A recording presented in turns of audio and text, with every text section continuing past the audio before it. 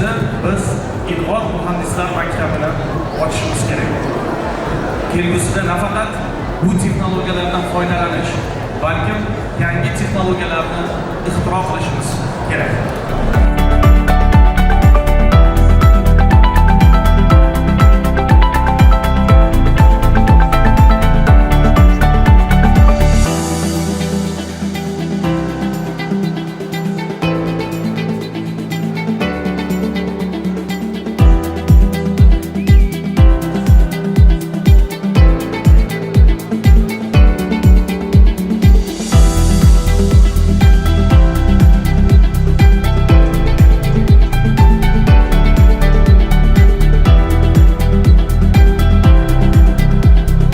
Toshkent davlat transport universitetidan kelajak muhandislari xalqaro festivalida ishtirok etish uchun keldik.